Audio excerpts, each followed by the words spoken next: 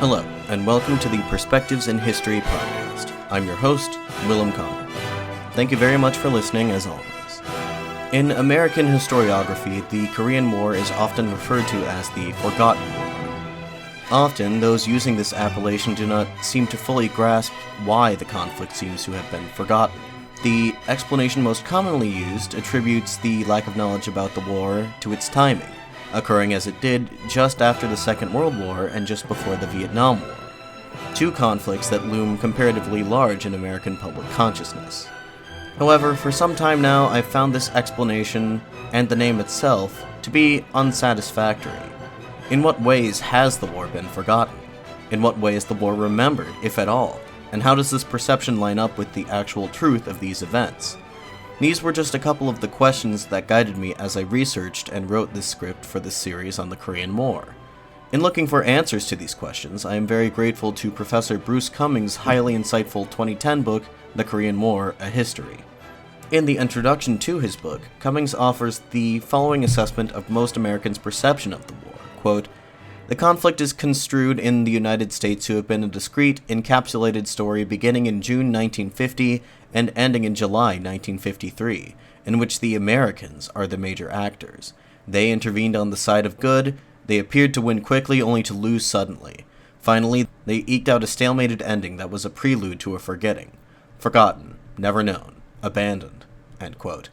In this passage, I believe that Cumings raises an important point: the tendency of American historians to reduce the conflict in Korea strictly to the events between 1950 and 1953 ignores the conflict's long prehistory and its enduring afterlife. So, while this series will focus primarily on this 3-year period, I will, in order to tell the full story of this conflict, attempt to recreate as complete of a history as I am capable of using the sources available to me. It is also my intention to cover aspects of this conflict that are not typically discussed in American-centric narratives. For instance, the colonial history of Korea, the highly destructive bombing campaign waged against the North, the experiences of prisoners of war on both sides, and the essential nature of the conflict as a Korean civil war. In Chapter 3 of his book, Cumings elaborates on his thoughts on the Forgotten War label. Quote, "For years I rejected the Forgotten War rubric. The unknown war seemed to be much better. But for Americans, Korea is both a forgotten war and a never-known war." End quote. By producing this series of the Perspectives in History podcast, it is partially my intention to correct this error, to fill this gap in American historical consciousness. That being said, while most of my listeners are American, I am cognizant of the fact that I have many listeners outside the United States as well. Therefore, I have tried to make this series as accessible as possible to all audiences, regardless of nationality, because I believe that this is a story worth telling. At the risk of sounding repetitive, another issue that I have with the whole Forgotten War moniker is that the name does not accurately reflect the world historical significance of the Korean War. Understanding the Korean War is an essential prerequisite to properly understanding the two Koreas as they exist today. Similarly, a better understanding of the Korean War can give one a better conception of the history of the United States, of China, and of the Cold War in general. So, with all that in mind, let's move on. Before we jump into the narrative, there are some matters of housekeeping that I have to address. First of all, I apologize that the podcast was late this week. What happened was that the script for this first episode required a substantial rewrite that I did not begin to work on until Thursday. I apologize once again, and I will try not to allow this to happen again in the future. In other news, I'm pleased to announce that for the first time, this podcast has finally landed a partnership. The partnership in question is with Every. Every is an app that's purpose is to allow users to reflect on their goals and values and to create strong connections not only to the inner self, but with others as well. The app functions by releasing a new minigame every day that centers on a particular theme, be it problem-solving, philosophy, interpersonal relationships, and so on and so forth. As the user plays this game, the app creates a visualization of their results and recommends specific media, books, podcasts, articles, etc., based on those results. The team over at Every have designed a game based on this podcast, and you can go play it right now if you wish. I will be sure to include a link to the app's website in this episode's description, from which you can download the app yourself. In other news, the podcast hit a couple of important milestones earlier this month. Generally speaking, the podcast surpassed 20,000 downloads total. I won't bore you with excessive talk about statistics or anything, but a vast majority of these 20,000 downloads, about 15,000 of them, came from the last 10 months alone. So, regardless of whether you're a new fan of the podcast or have been listening since all the way back in 2020, I'd like to thank you very much for listening to this show. Words cannot adequately express how grateful I am for your support. On a similar note, we've recently had a single episode surpass 1,000 downloads, the episode in question being the first part of the series on the Meiji Restoration. I have taken note of the popularity of that particular series as of late, and will consider that information in the future when I'm choosing what subjects to cover on the podcast. Speaking of which, I thought that it would be appropriate to discuss what I'll be covering on this program in the immediate future. At the time that I'm recording this, in mid to late November, there are 9 parts in the Korean War series, meaning that the final part is scheduled to be released on March 9th, 2024. That said, I actually haven't finished writing the script for this series. I plan to get that done during winter break this year, so the Korean War series could very well end up being 1 episode longer, or maybe even 1 episode shorter than I anticipate currently. In any event, I will keep you updated as soon as I have a better idea of where things stand in that regard. Once the Korean War series has concluded, I plan to start a new series of the podcast covering the Fourth Crusade. Funnily enough, the script for that series is also one that I have yet to complete, but I'm quite certain that it will be finished by the time I begin releasing those episodes. The Fourth Crusade series should wrap up sometime in late June or early July of next year, after which point I will be taking the usual hiatus during the summer. When the podcast returns in September 2024, I'm not really sure what I'll be talking about, but to give you an idea of what I've been working on recently, in the past few months I've completed a few scripts, one about Vlad the Impaler, one about the Congo Free State, and one about Puyi, the last emperor of China. More recently, I've been writing a script on the life of John Brown. Once I'm done with that, I just acquired a bunch of books about Cleopatra, as well as a few on the conquest of Mexico by Spain. I also have some incomplete scripts about the Marquis de Lafayette and the late Ottoman Empire that I also need to finish. I'm also strongly considering rewriting and re-recording the series on the Paris Commune that I initially released back in 2020. All this is to say that there is a wide variety of potential topics that the podcast could cover in the future. If any of the topics that I just mentioned particularly interest you, don't hesitate to weigh in on the matter. As always, you can email me or reach out to me on social media using the links in this episode's description. Anyway, with all that out of the way, let's get on with the show. Apologies for all the housekeeping. In order to tell the story of the Korean War, it is necessary to discuss the long history of Korea itself. Firstly, some geography. Korea is a peninsula in Northeast Asia, approximately 86,000 square miles in area. To the west is the Yellow Sea, and to the east lies the Pacific Ocean. To the south, a strait separates it from the Japanese archipelago, and to the north, 2 large rivers, the Yalu and the Tumen, effectively separate the peninsula from the main Asian landmass, and today demarcate the borders between North Korea and 2 of its neighbors, China and Russia. Today, it is estimated that the peninsula is host to a total population of about 77 million people, living in 2 different sovereign entities, the Republic of Korea, commonly referred to as South Korea, and the Democratic People's Republic of Korea, more commonly referred to as North Korea. Although Korea is politically divided now and has been since 1945, it has historically been unified linguistically, culturally, ethnically, and even politically for much of its history. The Korean nation is an ancient one, with the first unified state emerging on the peninsula in the 7th century CE. There is a tendency to, especially in older literature, to understand Korea as being subsidiary to, derivative of, or otherwise lesser than the other East Asian nations, that is, China and Japan. Although this notion has largely been dispelled, it is worth emphasizing that Korea, while deeply influenced by its neighbors, constitutes a separate and unique nation unto itself.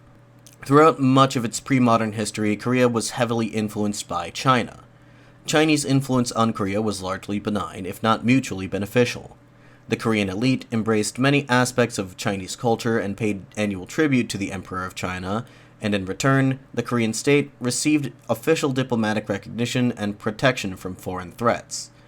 The diplomatic relationship between Korea and China was not unique. Throughout the imperial period of Chinese history, China commanded an expansive network of tributary states like Korea, allowing it to extend its influence throughout most of East Asia. With the exception of a couple brief interludes, including the Mongol conquests of the 13th century and the Japanese invasions in the 16th, Korea remained under Chinese suzerainty from the early days of Korean statehood until the modern era. By the middle of the 19th century, China, under the Qing dynasty, had begun a long and slow process of decline thanks to internal and external factors both. As a result, Chinese ability to project power and influence beyond its borders waned. Meanwhile, Japan began to emerge as a rising power in East Asia. After Japan's ill-fated invasions of Korea in 1592 and 1597, a government known as the Tokugawa shogunate came to power and enforced a policy of isolation. This came to an abrupt end when Japan encountered an American fleet in 1854, setting into motion a series of events known as the Meiji Restoration. Japan emerged from a decade of internal strife as a new state, reformed along Western lines. If you're interested in this story, please consider checking out my series on the Meiji Restoration. Anyway, due to a confluence of several factors, including a desire to emulate and compete with the Western powers, Japan adopted a new and aggressive foreign policy, the object of which was to expand Japanese influence in East Asia. This inevitably brought Japan into conflict with the region's former hegemon, the Qing dynasty, with this conflict playing out primarily in Korea. Through the decades of the mid-1800s, the two powers jockeyed for influence in the country, until in 1894, open war finally broke out. The First Sino-Japanese War lasted for a little over 8 months, during which time the modernized Japanese military dealt the Chinese forces defeat after humiliating defeat. The treaty which ended this war, the Treaty of Shimonoseki, forced China to recognize Korea's independence, effectively removing them from the picture and allowing Japan to assert their control over the nominally independent country. In the ensuing years, a new great power would emerge as a competitor for influence in Korea, the Russian Empire. A relatively modern European state with a massive army, Russia seemed to pose a greater challenge to the Japanese than the ailing Qing had. Years of jockeying over Korea and Manchuria culminated in the outbreak of the Russo-Japanese War in 1904, when Japanese forces attacked the Russians by surprise at Port Arthur in Manchuria. Japan's victory against Russia in this war astonished Western observers, who believed that Russia's victory was a foregone conclusion. Russia's defeat gave Japan a free hand to increase their control over Korea. The country became a Japanese protectorate in 1905, and in 1910, Japan formally annexed Korea.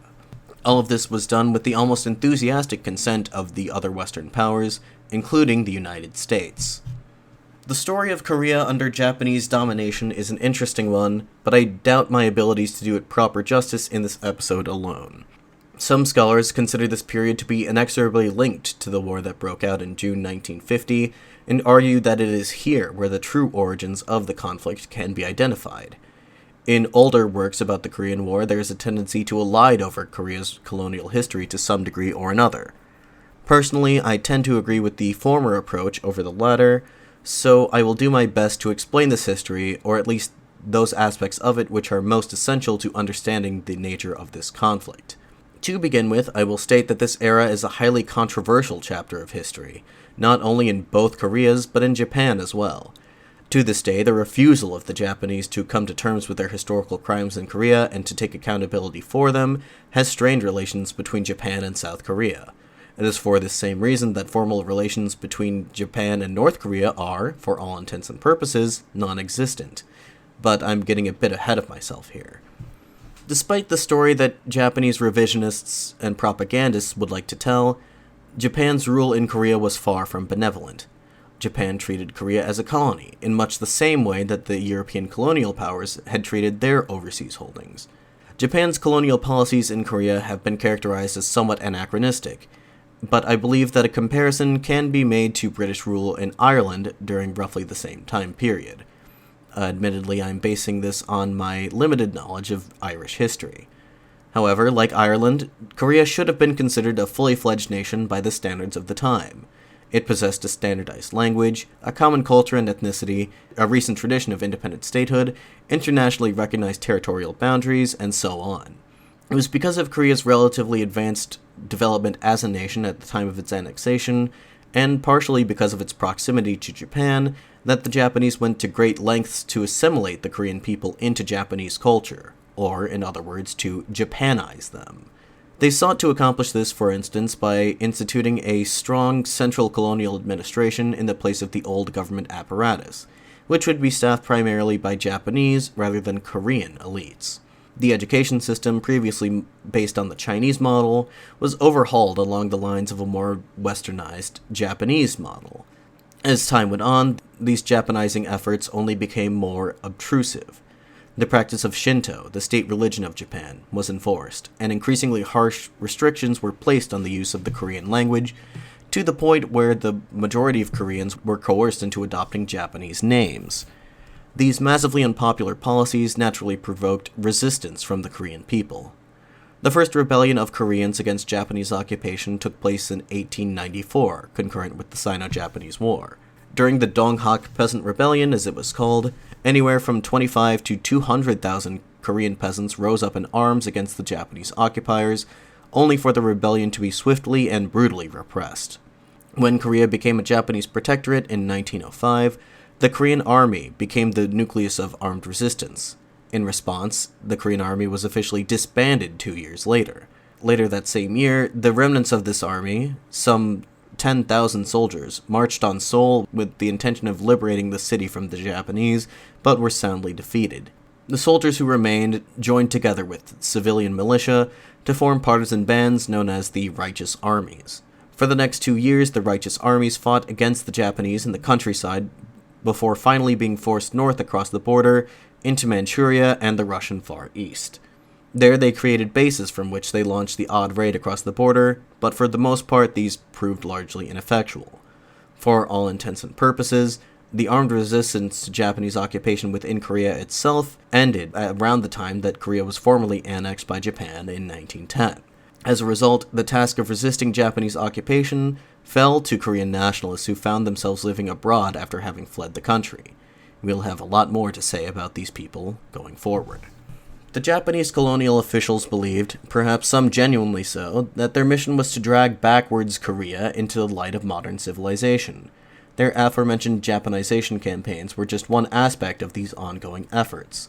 Another way in which the Japanese hoped to accomplish this was through a series of economic reforms and industrialization efforts. Pre-colonial Korean society was a highly stratified one. By this, I mean Korean society consisted of an overwhelming mass of peasant subsistence farmers at the bottom of the social ladder, and a very small strata of extremely wealthy elites at the top. Unlike in Europe, there was nothing that meaningfully resembled a middle class. The arrival of the Japanese did not alter this state of affairs in any fundamental way, at least at first.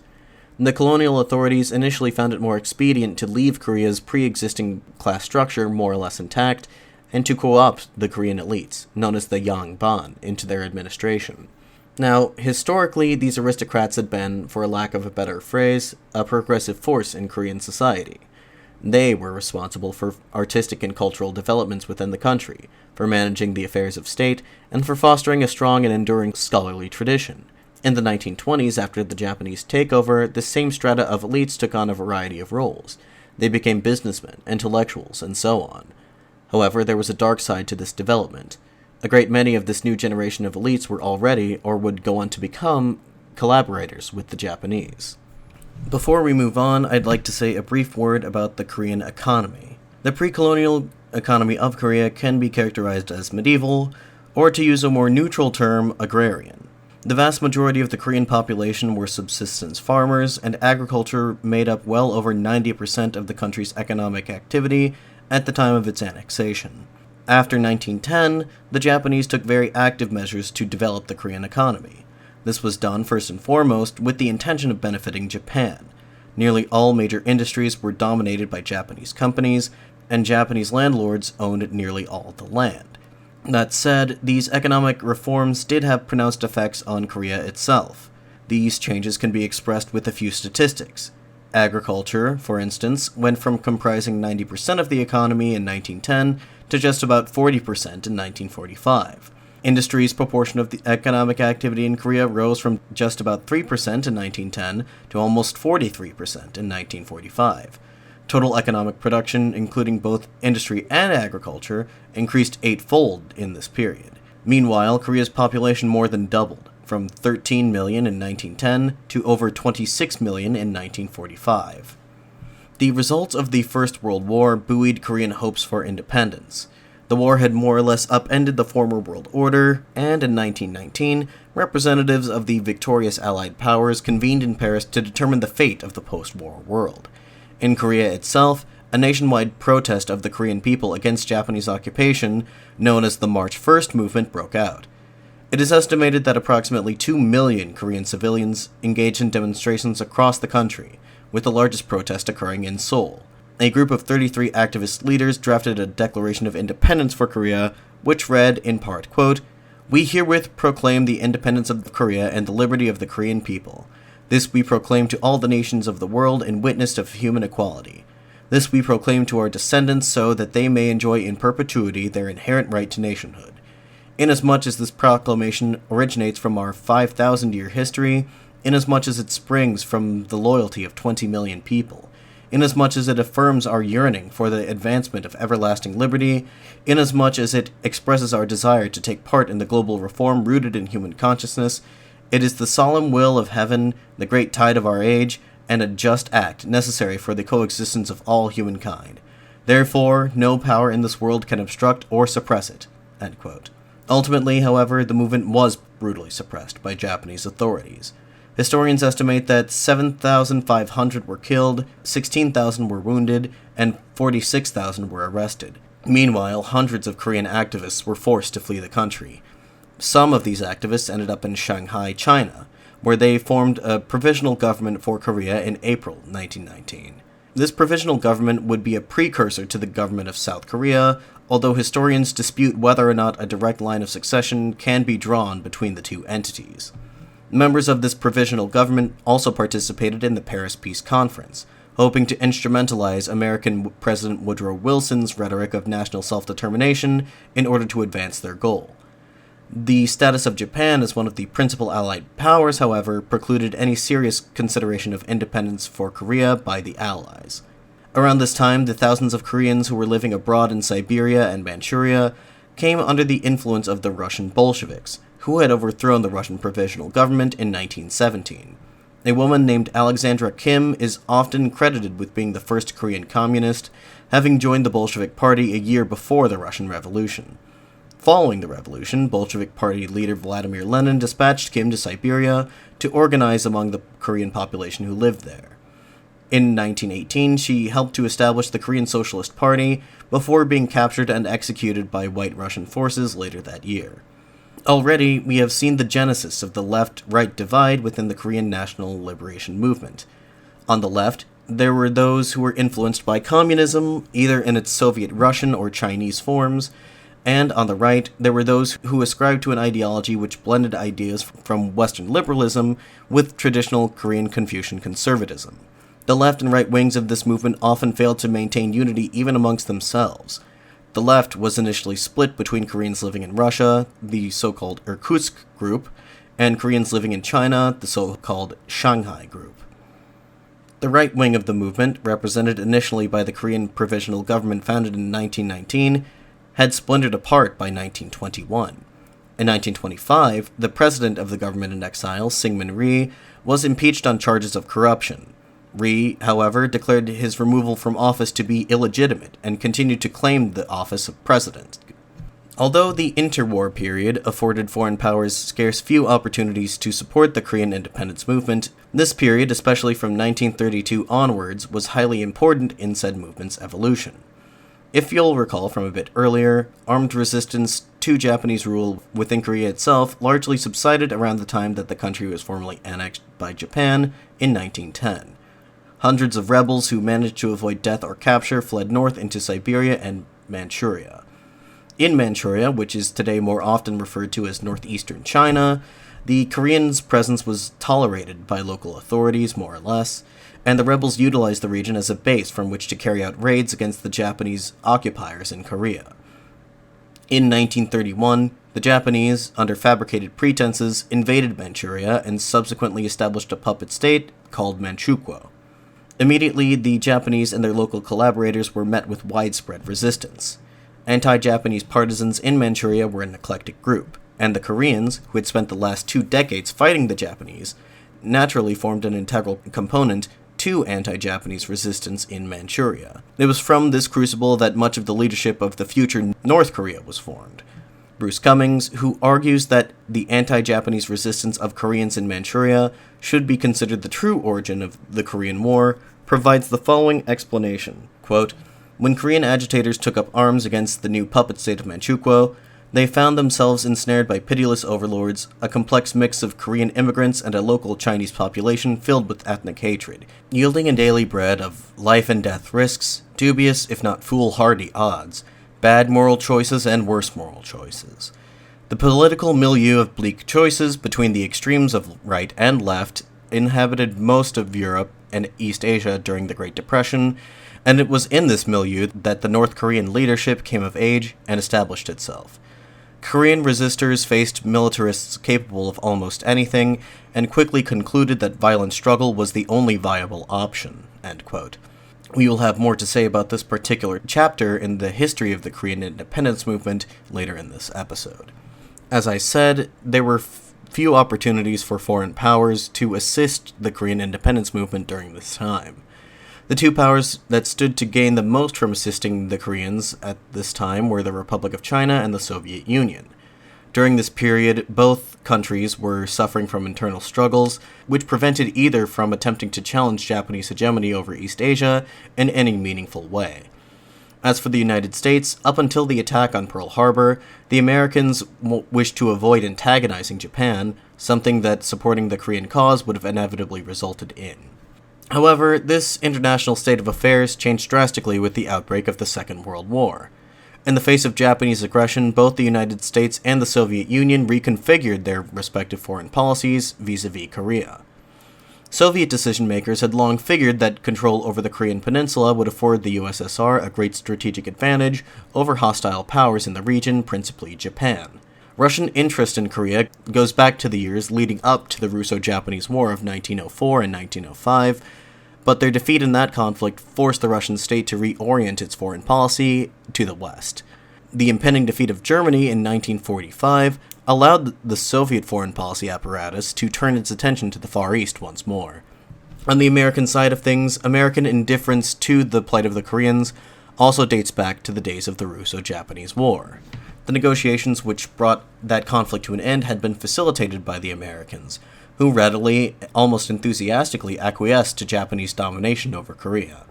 This indifference persisted through World War I and well into the interwar period, when, as I mentioned earlier, the United States was careful to avoid upsetting the balance of power in East Asia.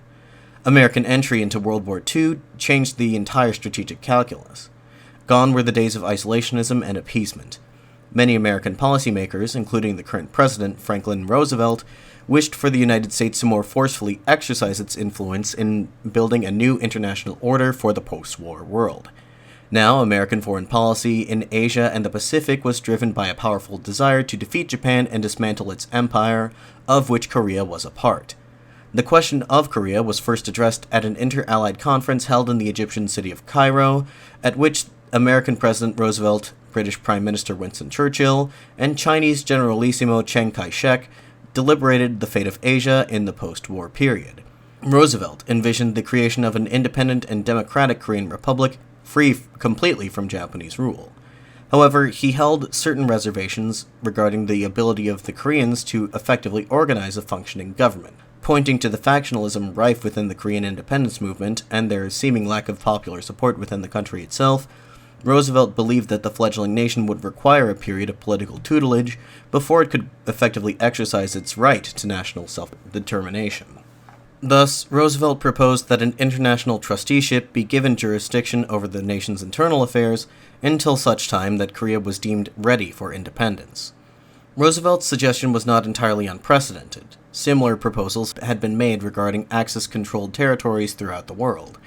However, the prospect of an international trusteeship over Korea in particular did not seem to sit well with the 2 other statesmen present at the conference. Churchill was wary of the implications that such an action would have for the vast network of colonies unto which the United Kingdom still held. As for Chiang, he was of the belief that an international trusteeship would make his ability to reassert Chinese influence on Korea more difficult. Dated December 1st, 1943, the Cairo Declaration pledged the support of all three parties to an independent Korea, albeit in due course. The course of the war would prove that the cooperation of Britain and China were less necessary to advance the aim of Korean independence than the Soviet Union. At another Allied conference held in Tehran, Iran, later that year, Roosevelt ran the idea of an international trusteeship over Korea by Soviet Premier Joseph Stalin, who agreed with the American president's assessment. 2 years later, the Big Three, that is, Stalin, Churchill, and Roosevelt, met once more at a conference in Yalta in the Soviet Union. With the surrender of the German Reich seemingly inevitable, the Allied leaders' attention shifted to the matter of ending the war in Asia and the Pacific. Roosevelt wished for Soviet assistance in this endeavor, as the Soviets were better positioned to invade Japan's territorial holdings on mainland Asia. At this conference, Stalin agreed to mobilize his army against Japan following Germany's surrender. A preliminary plan was made for Soviet forces to invade Manchuria and to push south into Korea, while the Americans were given the daunting task of invading the Japanese home islands. In order to ensure Stalin's cooperation, Roosevelt had signed a secret agreement with him which would cede the Kuril Islands and the southern half of Sakhalin Island to the USSR, and which would grant the Soviets nebulous special privileges in northeast China. Already, some in the American camp expressed their anxiety at the prospect of Soviet territorial aggrandizement in Northeast Asia. In short, they had their doubts that the Soviets would be content with their aforementioned special privileges. As early as 1943, a State Department report had reached this conclusion, quote, Korea may appear to offer a tempting opportunity for Stalin to strengthen the economic resources of the Soviet Far East, to acquire warm water ports, and to occupy a domineering strategic position in relation to both China and Japan.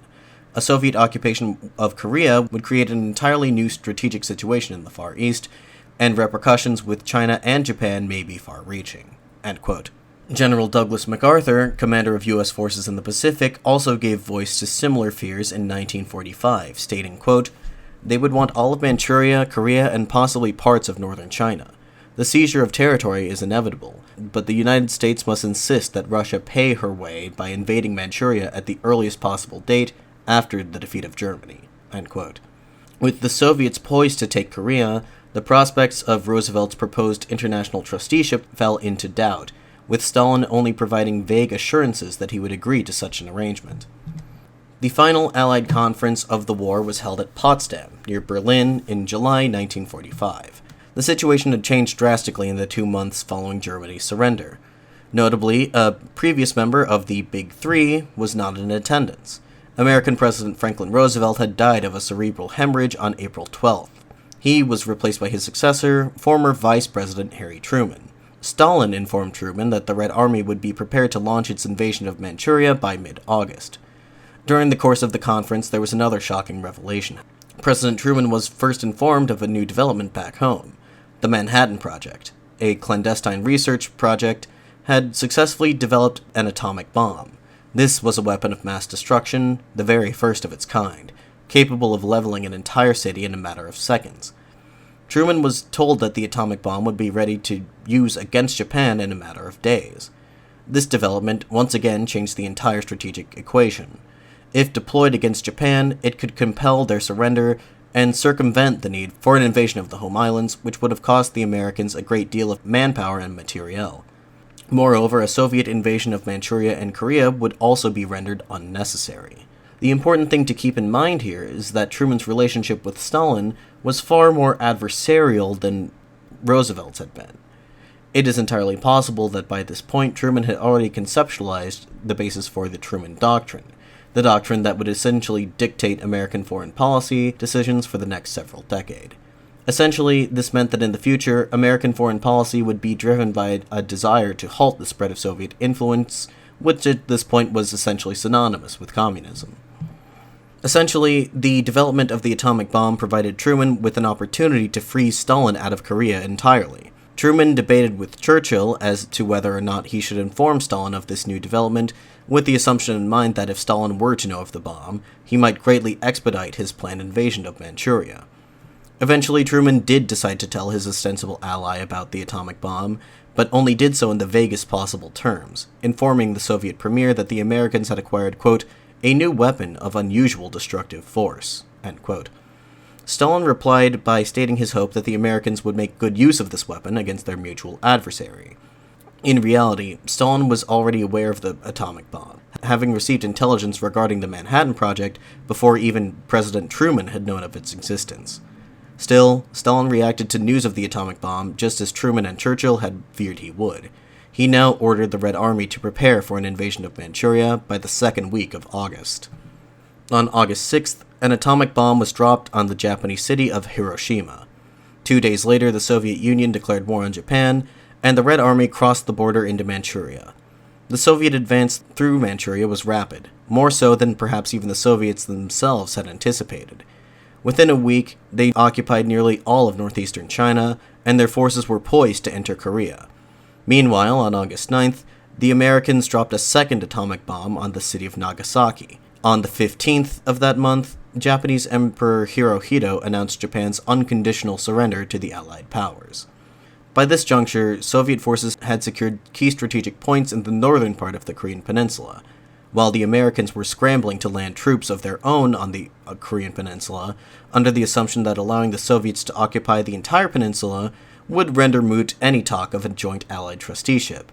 In the hopes of staving off such a possibility, the Americans reached out to the Soviets to offer them a deal to divide the peninsula between zones of American and Soviet occupation as a temporary measure.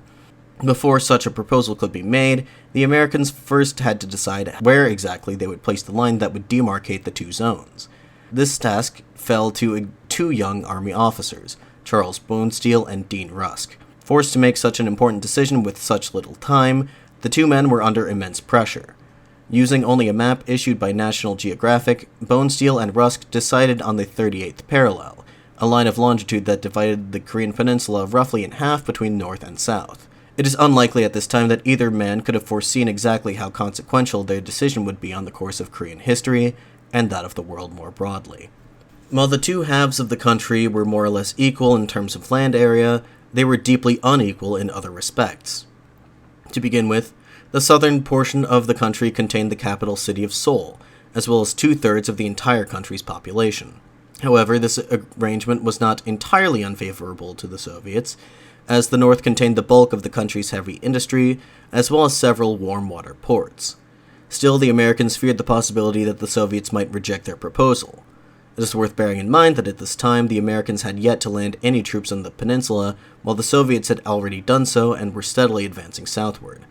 The 38th parallel was further north than the Americans could have reasonably hoped to reach in the event that Stalin rejected their proposal. But, to their great relief, Stalin agreed. Why did Stalin agree to this arrangement when he was in position to seize the entire peninsula for himself? Simply put, at this time, territorial aggrandizement was not Stalin's primary concern, contrary to popular belief. With the Americans still fully mobilized for war, and with a monopoly on the power of the atom bomb at the moment, at least, Stalin felt that there was no sense in trying to make an issue out of Korea. His priorities lay elsewhere, principally with ensuring that Japanese influence in the region was completely dismantled. For the most part, Stalin was simply content having avenged Russia's defeat in the Russo-Japanese War 40 years prior. In a radio address delivered on September 2nd, he declared, quote, "The defeat of Russian troops in the Russo-Japanese War left grave memories in the minds of our people. It fell as a dark stain on our country. Our people trusted and awaited the day when Japan would be routed and the stain would be wiped out. For 40 years we, the men of the older generation, have waited for this day. And now this day has finally come." End quote. From the time that they first entered the country, the Soviets sought to portray themselves as friends of the Korean people and allies in their struggle against the Japanese Empire. A proclamation issued by Field Marshal Alexander Vasilievsky, the recently appointed commander-in-chief of Soviet forces in the Far East, issued an emotional appeal to the Korean people in advance of the Soviet invasion of Manchuria. It reads as follows, quote, "The dark night of slavery over the land of Korea has lasted for long decades, and at last the hour of liberation has come. The Red Army, together with the troops of the Allied armies, has utterly destroyed the armies of Hitler's Germany, the permanent ally of Japan. Now the turn of Japan has come. Koreans, rise for a holy war against your oppressors. Remember, Koreans, that we have a common enemy, the Japanese. Know that we will help you as a friend in the struggle for your liberation from Japanese oppression." End quote. On the ground, however, the Soviet occupation of Korea did not get off to a promising start. The soldiers sent by Moscow to carry out the occupation were rowdy and undisciplined. Soon after their arrival, there were numerous reports of Red Army soldiers engaging in rape and pillage throughout the Soviet zone. Stalin did not allow this state of affairs to persist for very long. He issued a stern order to Vasilevsky to enforce proper discipline. They were to conduct themselves respectfully so as not to offend the local populace. Within a month, the violence subsided, and the first groups of Soviet Koreans arrived in the area to assist with the administration of the Soviet zone. As I mentioned earlier, following the annexation of Korea by Japan in 1910, thousands fled from Korea into the Russian Far East.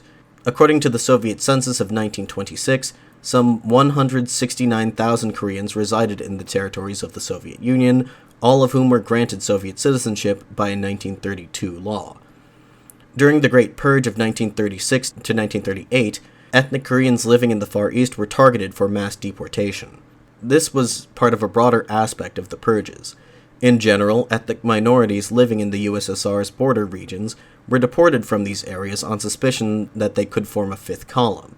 In total, over 171,000 Koreans were arrested and deported, with the vast majority being sent to the Kazakh and Uzbek SSRs.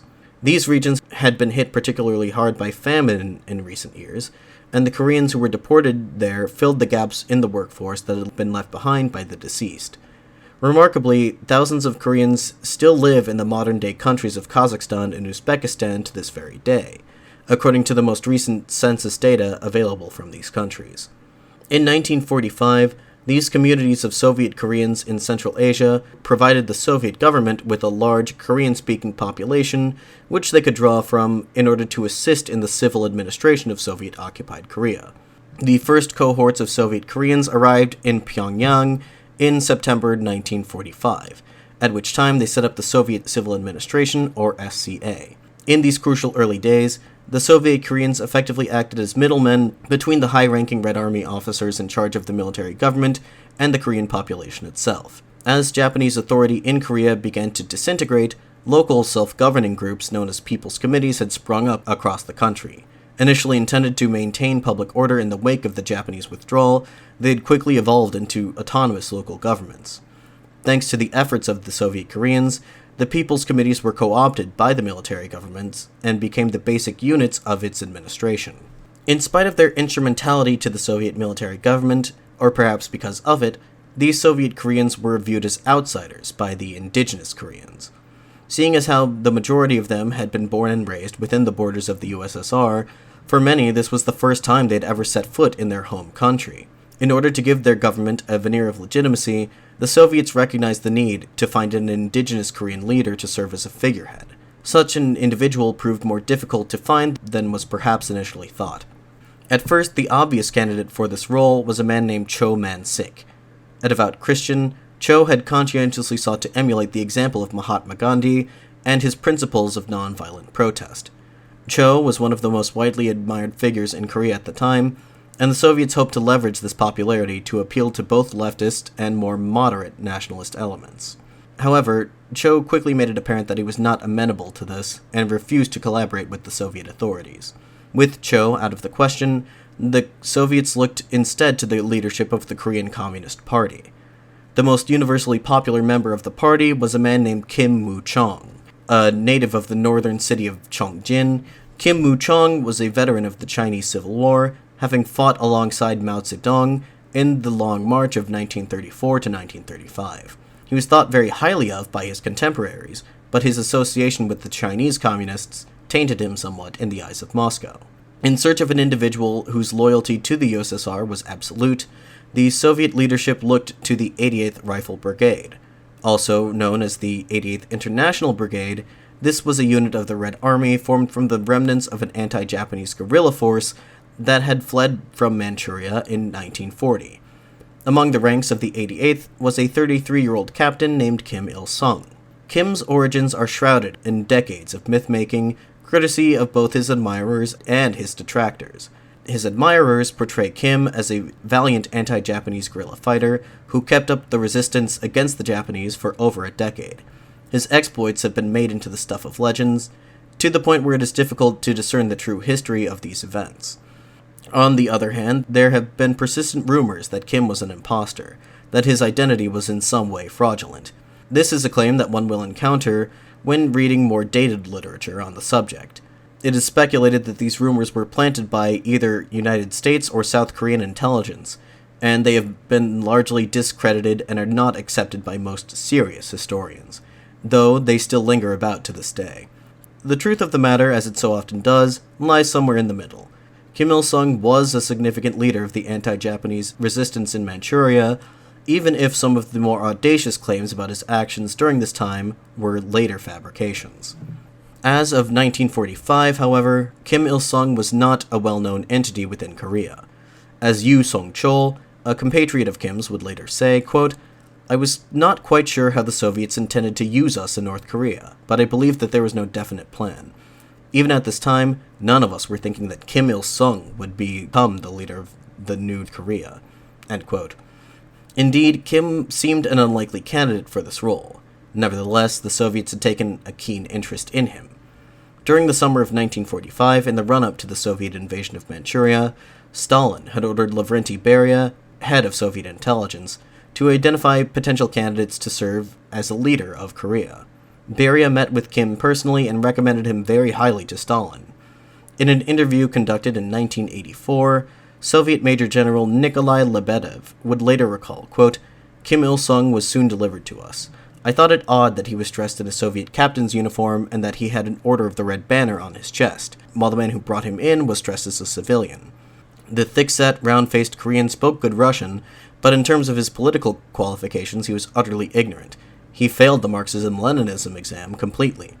But we had no other choice. We could not just go to Stalin and report to him that his candidate wasn't qualified.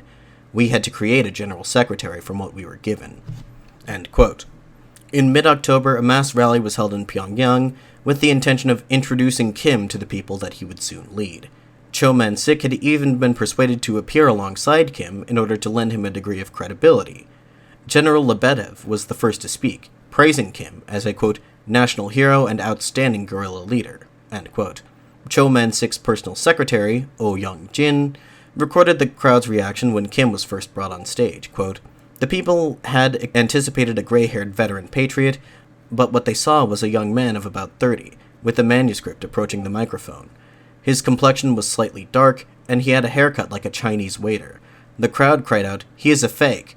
All the people who had gathered upon the athletic field felt an electrifying sense of disgust, disappointment, discontent, and anger. There was, of course, the problem of the age, but there was also the content of his speech, which was so much like those of the other communists, whose monotonous repetitions had worn the people out." End quote. For their part, the Soviets were taken aback by the negative reception that Kim had received, and from this point forward, began to take great pains to build up his public image through propaganda, thus laying the foundations of the cult of personality that would characterize later North Korea. By late autumn 1945, resistance to the Soviet occupation had begun to mount, with the largest manifestation of this occurring on November 23rd of that year. Rioting had broken out in the border town of Sinuiju. Led primarily by religious leaders and student activists, the demonstrators demanded an end to Soviet military rule. The authorities cracked down harshly, opening fire on a crowd. 23 were killed and hundreds were wounded. In the days and weeks that followed, a stream of refugees fled the Soviet zone for the south. According to American sources, there were some 2 million of these refugees living in the American occupation zone as of April 1947. The Soviets rationalized that those fleeing their authority were potentially subversive elements anyway, so they made no real effort to stem the tide of refugees to the south. Nevertheless, the outbreak of violence in the Soviet zone was quite concerning to the occupation authorities. Kim Il-sung, now in the capacity of chairman of the Korean Communist Party, concluded that the recent political unrest had been due to the fact that the party still had weak ties to the laboring masses. In response, he engaged in an effort to create a united front, which in practice meant working to subordinate the various local political elements within the Soviet zone to the Communist Party. Meanwhile, on the American side of things, the seeming discontent of the Korean people with the Soviet occupation government raised hopes that Korea would not remain divided for much longer. The first American soldiers landed in Korea on September 8th. Crowds roared in approval as soldiers lowered the Japanese flag and hoisted the stars and stripes in its place. The hopes of the Korean people in the American zone were at first astronomically high, but they would soon become disillusioned when they realized that the Americans were not quite as benevolent as they initially believed them to be. It did not help that the commander of the American occupation forces, General John Hodge, was highly insensitive to the desires of the Korean people and made no secret of it. In the early days of the occupation, the Americans regarded Korea as an afterthought. The main mission of American occupation forces was to disarm the Japanese soldiers who remained in the region and repatriate them back to Japan. However, in this mission they soon ran into some major issues. The fact of the matter was that the United States did not have sufficient numbers of troops in Korea to maintain public order in the wake of a complete Japanese withdrawal. The Americans soon realized that they would need the cooperation of the Japanese colonial authorities, at least for the time being. At the formal ceremony of surrender, it was announced that the Japanese Governor-General, Abe Nobuyuki, would remain in that capacity for the time being. The following day, thousands of outraged Koreans took to the streets of Seoul in protest. Abe was roundly detested by the Koreans as a symbol of colonial oppression. If the Americans were inclined to treat their former oppressors with such leniency, many Koreans asked, where did that leave them? Hodge's immediate superior, Douglas MacArthur, wrote him a missive, which stated, quote, "For political reasons, it is advisable that you should remove from office immediately Governor-General Abe, the chiefs of all the bureaus of the Government-General, all provincial governors, and all police chiefs." End quote. Hodge complied with this order, but only nominally. As his political advisor, H. Merrill Benninghoff, put it, quote, "The removal of Japanese officials is only desirable from the public opinion standpoint, but they must be relieved from office in name only, because there are no qualified Koreans for other than low-ranking positions, either in government or in public utilities or communications." End quote. For the Americans, devolving power into the hands of the Korean people themselves was at this moment inadvisable, due mainly to the fractious nature of Korean politics. American observers identified two main political tendencies within Korea. The first of these was the so-called radical group, comprised of several smaller left-of-center political parties, the most prominent among them being the Communist Party. The other group was the conservative group. This group was composed of well-educated upper-class Koreans. At first, the conservatives seemed promising to the American occupation authorities as potential collaborators. For one, many of them had been educated either in the United States or by Western missionaries active in Korea, and therefore many possessed a working knowledge of the English language. However, this class of people was not popular at all with the masses, not the least because many had collaborated with the Japanese. Still, the hostility of the radical group left the Americans with little choice but to seek an alliance with the conservatives. As I mentioned, Korean politics in that period were quite fractious, notoriously so, leading one American observer to remark, quote, "Every time two Koreans sit down to eat, they form a new political party." End quote. In fact, only 2 months into the occupation, there were some 205 political parties active in the South, and these were just the ones that had registered with the government. At this time, there was one group that seemed to enjoy the most broad support, the Korean People's Republic. With the People's Committees forming the basis of its power, the KPR claimed the mantle of Korean nationalism with the motto of a self-reliant and independent state. As a result, the KPR enjoyed the support of both the left-wing and more moderate nationalist elements. Shortly after the Americans landed in Korea, a delegation from the KPR attempted to meet with General Hodge, but he refused to see them. The Americans were thoroughly convinced that the KPR was a communist organization that took directions from Moscow, while the KPR leadership was under the assumption that the American military occupation was meant to be a transitory phase, after which power would be handed over to them. Naturally, tensions began to arise between the People's Republic and the American military government. Regarding the military government as illegitimate, the KPR took on many of the essential functions of the state at a local level, such as public safety, food distribution, and the release of the previous regime's political prisoners. The American military government regarded these activities as subverting their authority. In response, General Archibald Arnold, military governor of Seoul, issued a statement to the Korean people at large, declaring on no uncertain terms that, quote, there is only one government in Korea south of the 38th parallel, and it is the government created in accordance with the orders of General MacArthur and Lieutenant General Hodge, end quote. Shortly thereafter, the KPR published a pamphlet of their own in response. Entitled The Traitors and the Patriots, this pamphlet was a scathing critique of the American military occupation. It singled out General Arnold, condemning his statement as a, quote, grave insult to the Korean people, end quote. It went on to claim that the Korean People's Republic was, quote, the duly constituted organ of the Korean people, end quote.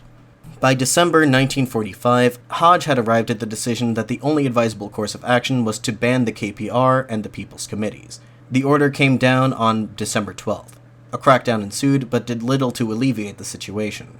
Many Koreans had been willing to tolerate a brief period of occupation, so long as it remained a strictly temporary state of affairs, and as long as certain material concerns, namely land reform and improved food distribution, were addressed.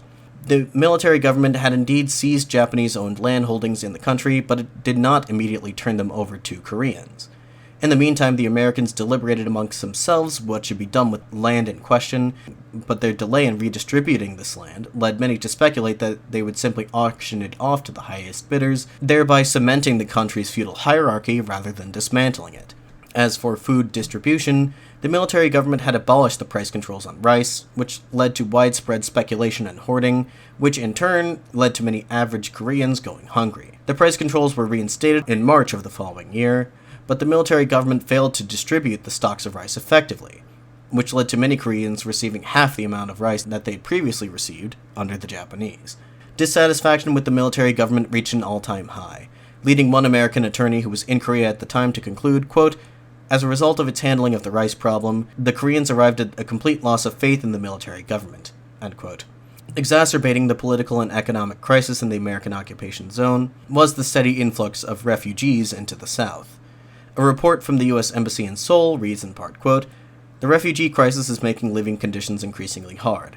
3/4 of the population of Korea is now in our hands, and the Koreans are looking to us for a solution to their problems, end quote. With all this going on around them, the Americans themselves were beginning to lose heart. Rank-and-file soldiers were affected by the supply shortages just as much as the Koreans were. Commodities that they had been used to were becoming increasingly scarce. Mutual resentment began to fester between the Americans and the Koreans. As Charles Donnelly, an economic advisor to the Army, wrote at the time, quote, the Koreans are unwilling to take the time to develop the political and economic know-how. All they want is for the Americans to get out of their country so that they can run it by themselves, end quote. This episode has gone on for quite long enough, so I figured this is as good a place as any to end the narrative for the time being. With the Soviets and Americans facing major difficulties as they settle into their respective roles in the occupation of Korea, the Korean people themselves clearly desired the independence and reunification of their country, but the Cold War mindset beginning to take root among American and Soviet leadership made such a possibility grow ever more distant by the day. But you'll have to tune in again in 2 weeks to find out what exactly happens next. In the meantime, if you have any questions, comments, concerns, or anything else you'd like for me to address, please feel free to email me at perspectivesandhistorypod@gmail.com. That's right, as of now, I can now be reached via this new email address, which reflects the podcast's recent name change. As always, you can also reach me on Twitter or Facebook. Neither site has changed, and links to both of which will be in this episode's description. If you like this episode, please consider supporting the show financially via either the show's Patreon page or by the eBay marketplace. Also, I'd like to once again thank the people at Every for partnering with me, and I'd encourage you once again to check out the app for yourself. The link to their website will be in this episode's description as well. Anyway, that should just about do it, and until 2 weeks from now, this has been the Perspectives in History podcast. Thank you very much for listening. I'm your host, Willem Connor, signing off.